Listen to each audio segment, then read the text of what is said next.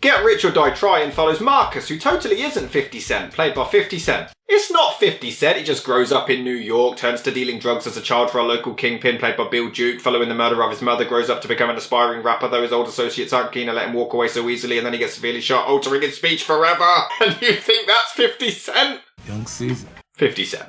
You're 50 Cent. You really want to go through with this? Plans for the film started in 2004, immediately following the success of the Get Rich or Die Tryin album, and Sopranos writer Terrence Winter was brought on to write the script, originally titled Locked and Loaded. Much like 8 Mile, which the filmmakers used as a template, yeah, no sh**. They even cast the fat guy from the same movie, remember him? And their mate gets shot and ends up in the hospital, just like in 8 Mile. What? The movie took inspiration from 50 Cent's childhood, specifically his experience working as a drug dealer before he got big. Director Jim Sheridan had been interested in making a movie with 50, and they were introduced to each other, leading to him getting the director's chair. Additionally, Samuel L. Jackson was offered the part of the antagonist, but he publicly turned it down, stating that he didn't want to lend credibility to a movie starring an inexperienced and unproven actor, feeling that 50 Cent had not earned the right to have a leading role in a film by such a prestigious director. Didn't stop you starring in Attack of the Clones. That boy got the bug bad. Filming began in April 2005 in New York and ended in June of that same year. 50 Cent had hired an acting coach to help with his performance, but Sheridan had her banned from the set, telling the actor, "If this fails, it won't be because you can't act, it will be because I didn't direct you right." Well, this is awkward. Shut up. Get Rich or Die Tryin was released on November the 9th, 2005, but was a complete flop, only making $46 million worldwide against its $40 million budget, and it lost the #1 spot at the box office to Chicken Little. 50 Cent lost to Chicken Little. That's embarrassing. It is? On top of that, reviews were negative, criticising 50's performance and claiming that the movie was just a copy and paste of other more successful biopics. Even the filmmakers themselves weren't happy with how the movie turned out. Get Rich came out the wrong way. I thought, I can do this. I'm there directing 50 Cent and he's looking blank, and I'm thinking, this is great. The American audience will get this. When they look at John Wayne and his face is blank, they know exactly what he's thinking. So I'm thinking, this is like John Wayne. I was wrong. He also added, when you look at 50 Cent and his face is blank, you go, what is he thinking? He's not John Wayne. My empathy tripped me up. I got it, so I assumed the audience would. They didn't. John Wayne would not be happy being compared to a black man. It bears absolutely no resemblance to the script I wrote. The mandate for that movie was to write The Black Goodfellas, and I said, great, that's what I did in my original draft. It didn't turn out to be The Black Goodfellas at all. Unfortunately, it turned into something completely different. But that was at least what our intention was initially. However, some critics like Jonathan Ross and Roger Ebert were more positive towards the film, and over the years, it became a cult favourite among 50 Cent's fans, especially for its soundtrack, which sold over 3 million copies worldwide. Now, I'm not the biggest 50 Cent fan out there, but I do enjoy quite a bit of his music,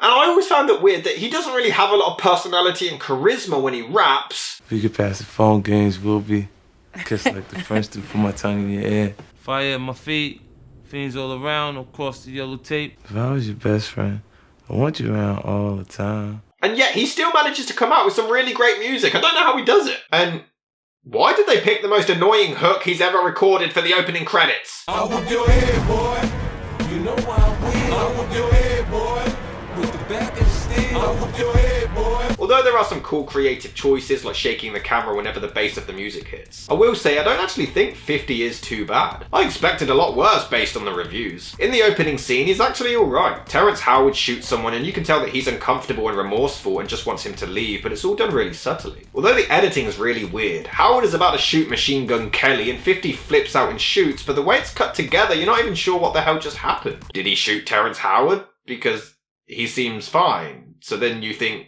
he shot the kid because the camera lingers and doesn't pan right to show the kid for ages. Well, then why did he shoot the kid? But then we do see the kid and he's alive, so what the hell happened? The editing is off, that's the point I'm trying to make. And I will say, when we get a young 50 Cent, the kid does a flawless impression of the lack of charisma or emotion. Let the sounds play. Run DMC, Cool J, NWA. Obviously, he's not going to be Jack Nicholson, but 50 I do think is passable. He's okay. He has his moments where he's quite good, and other moments where it slips a bit, but it's nothing majorly terrible. Sometimes it's actually the dialogue that doesn't help him. I'm a gangster, Grandpa, and I'm proud of it. Seriously, Marcus, what do you do? I'm a gangster rapper. And at other times, they feel the need to spell out everything for the audience. What do you need a gun for? I don't know. I didn't know what I wanted a gun for, but I got one anyway. Thanks for that, 50. I mean, your character literally said you didn't need a gun, and then in the very next scene, you get a gun. We didn't need the voiceover. And sometimes it is really tricky to understand what he's saying.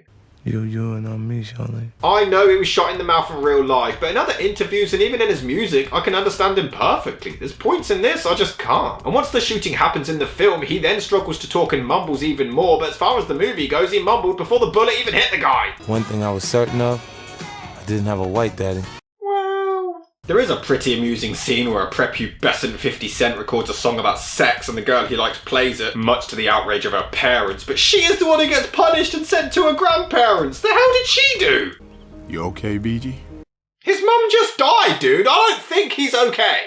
He obviously acts out and chucks water on his douchebag uncle and is then surprised when he fights back. But his uncle literally mocks him for having no father. Who the hell are these assholes? The film also sets it up like this is Marcus's damn superhero origin story. I will fight my father and avenge my mother's death. The movie does do a good job portraying just how dangerous life is on the streets, even if, again, Marcus picks fights with people 3 times his size and is always surprised when they fight back and win. Why you going through my stuff? What are you doing with a loaded gun in my house? Isn't this the hood? In America? Isn't this really common? What the you doing to my no? What the I don't think it's meant to be fun. I think it's just the sound. Let me hear it again. It's great. Can we just have that on repeat? Oh, and the girl from the start of the film, yeah, 50, somehow remembers her 10 years later after briefly seeing her from behind from a great distance whilst driving. She gotta have a killer ass. And she somehow remembers a song he wrote 10 years prior. Man, I can't even remember what I did last week. Who are these people? I've been thinking about that song for 10 years. Really? Although 50 this guy up and he still refuses to snitch on him. Well, at least he's honourable. Somebody wanted me to kill myself. Probably did he. And I just want to kill somebody. Who? Probably did he. Also, one of the bad guys is this gangster called Majestic. A gangster called Majestic. Where's Majestic? I'm sorry, I'm not taking that seriously. Watch out, guys! It's royalty! Oh, look, there's my boy Prince! Wait. Admittedly, there is a really disturbing scene where a guy is tortured and has his teeth wrenched out before he's suffocated. It does have some messed up visuals, but the movie is just boring at times and quite forgettable. Hulk Hogan here casually says the N-word in the studio and nobody seems to care before everyone outside the booth gets blasted away, which is quite a nice sequence. I'm pregnant. Ah, 25 Cent! I wrote that as a joke and it turns out that actually is his name. Terrence Howard is an insane prisoner who befriends 50 and he is a lot of fun. I'm right about him. I'm always right. It's like when I'm right, I'm right. And when I'm wrong, I could have been right. So I'm still right because I could have been wrong. Right. Pretty funny response though. That makes sense. There is quite a funny moment where there's this dispute outside the booth as 50 is rapping and then he decides to freestyle to diss the guy. I ain't signed that motherfucking contract. I ain't a bitch like you. I ain't going out like that.